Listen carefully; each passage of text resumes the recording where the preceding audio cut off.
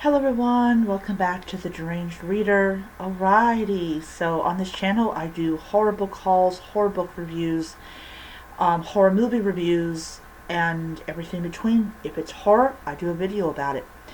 Alrighty, so today is Saturday. I hope all of you had a great day. I had the day off, so yeah. um, Before I begin, I put the Kobo app on my tablet, and I have been reading some pretty good books. I'm currently reading Cackle by Rachel Harrison. It was a library book, but I went ahead and decided to get it the for my Kobo app. I will be getting a Kobo. I'm gonna order a Kobo hopefully next week. I just have to wait for my next schedule to come through, and I will know when I have it off, or if there's a day that I am closing, that I will be here for that delivery. So, yeah. So I'm pretty excited about it. I'm going to be getting a clear case because it's a lot cheaper, and the stickers, and I will be putting like horror characters on there. So I'm really excited about it, and I love the idea of owning a device where if it breaks you can repair it and not have to spend the hundred some dollars for a new device. So my brother's going to learn how to fix it at some point in the future. Anyways, so this is day 20 of my Christmas horror reading vlog. I am reading The Orphanage by the Lake.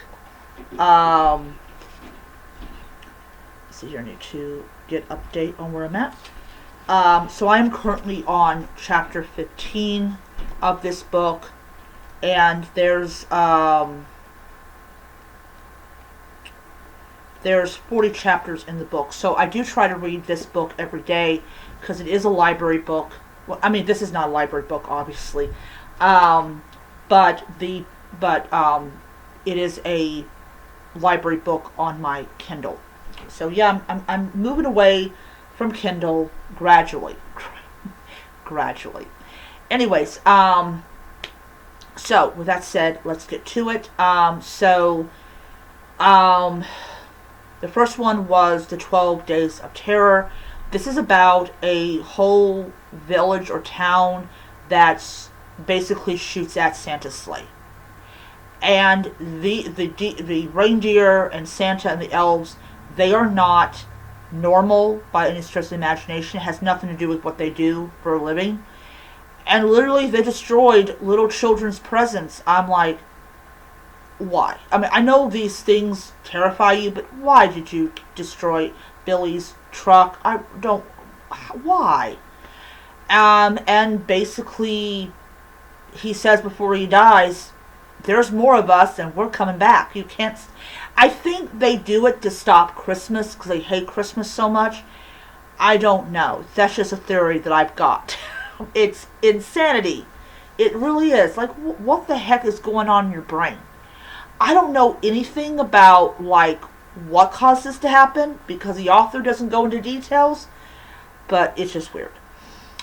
Then I bought a Haunted Christmas Tree Farm, day 20. We learn a little bit more about this family through the mouth of the oldest daughter. We find out that she had a brother called Adam who died, and how it affected the family and especially the parents. And Adam, I feel like Adam is the little boy that is haunting. Just a thought. It's interesting to know there was another sibling, and I'm kind of like, okay, this sounds interesting. This really does. So what happens is she's on a date with Noah, who works at the Christmas tree farm, and Roger's really weird around him. I've never had that experience, okay? I've never had that experience. But he kind of says to him, I know where you work. I'm like, that was hilarious. It was funny. It's like, oh my god. Noah's like, if I mess this up, he's gonna haunt me at my job. Oh man, especially when there's a guy haunting you as your boss. Like, okay, like I know where you work. She's like, let's get out of here before they put out the spotlights and the polygraph test. It's hilarious. It was a funny moment. It was a funny moment. Then we have the 12 Days of X-Max, which is the seven swans swimming. This one's a little sad. Actually, it's a lot of sad. So basically, you have this couple that go to Maui to celebrate Christmas, and they're looking at these swans, and she says that this is going to be my last Christmas because the tumor has gone up into my brain, and I only have 2 or 3 months left to live.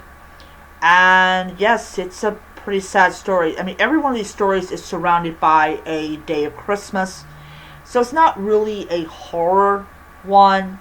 Have not yet seen anyone get cut up or anything, but yeah, it was an odd, but it was a sad one.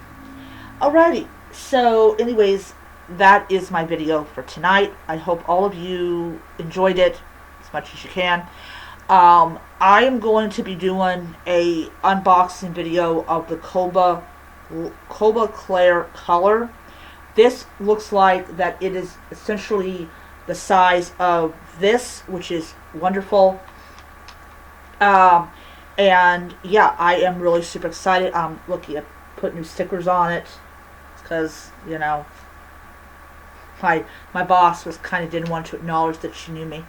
Another thing, I am reading on my Nook, The Unworthy.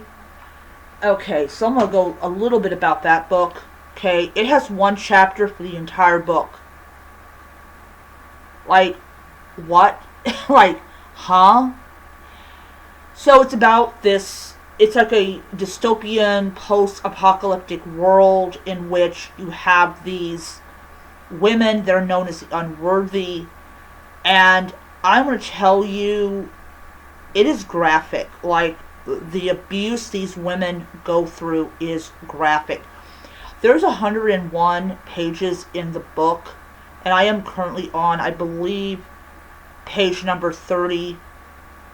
I read a little bit. Like, I didn't read my Nook yesterday because I know I did break my reading streak. I just didn't care. I was too dead tired. So I opened the book up today, and I'm back. I was back in that sick world. I read like 10 pages a day. So I should be done with the book next Saturday. I'm not really in a hurry to finish it, but I'll read about 10 pages a day on the book.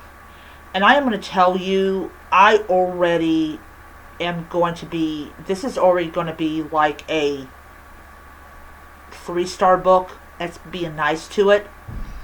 But I'm not going to I'm not going to say if you like don't want to read it, don't read it. But it is just, oh my lord, it's just something else. And then I did finish the Ghost of Marl House, and I gave that a 5-star on Goodreads because it was just a really entertaining book, and it is basically about this woman, what the heck, this woman who named Danielle, who can see spirits, and she inherits Marl House from her aunt, and she goes about, she goes about trying to turn this into a bed and breakfast, but there are things that are happening. She encounters the ghost called Walt, who died in the house, and it ends up becoming a lot more complicated than just a spirit who can't move on. And there's like a necklace involved, and we find out that he actually was in fact murdered in the house, that he did not commit suicide. And it's all thanks to, to more updated forensic knowledge of like death and how, the difference between the suicide and murder, and how murder can be covered up to look like suicide if it's the right period of time. So it's interesting. We find out that Walt's wife died and was brought to Morrow House, probably by the entity upstairs that wanted to make her suffer. And we see that she witnessed her brother killing Walter. So yeah, I really enjoyed it. I got the Christmas one, and I really wish I hadn't. And this is the thing. Have you ever read you read the first book, and then you later on you read like the newest book, and what is being said in the book makes no sense? Yeah, that's what happened. I am actually reading that Walt, who is supposed to be dead, is driving a car. I'm like, what? And I'm thinking, oh freak. I have bought the newest one, and there's so much stuff that happens that makes the 36th book not make an ounce of sense.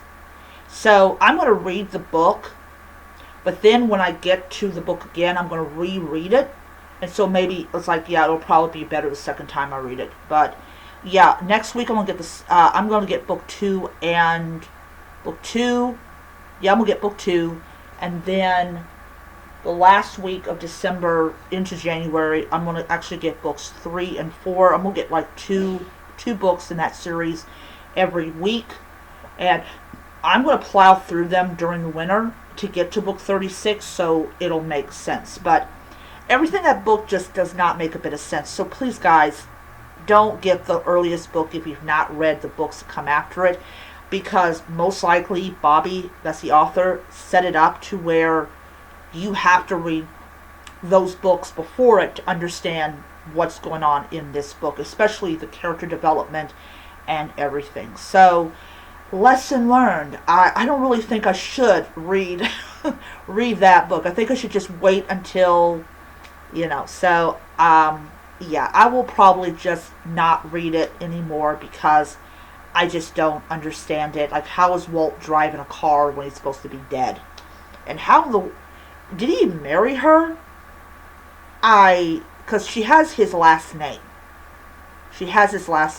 Like I said, I need to read the earlier books to understand what the heck happened there. Alright, so yes. Lesson learned. Okay, so I'm going to end it here. I'll be back tomorrow morning. I've got to be at work at 6 tomorrow. So I'm actually going to go back on the Nook, and I'm going I have Murder in the Marina. Never mind. I can just read that book. But yeah, so that's my video. I'll see you guys next time. And until then, stay spooky, stay scary, and keep reading your horror books. Bye.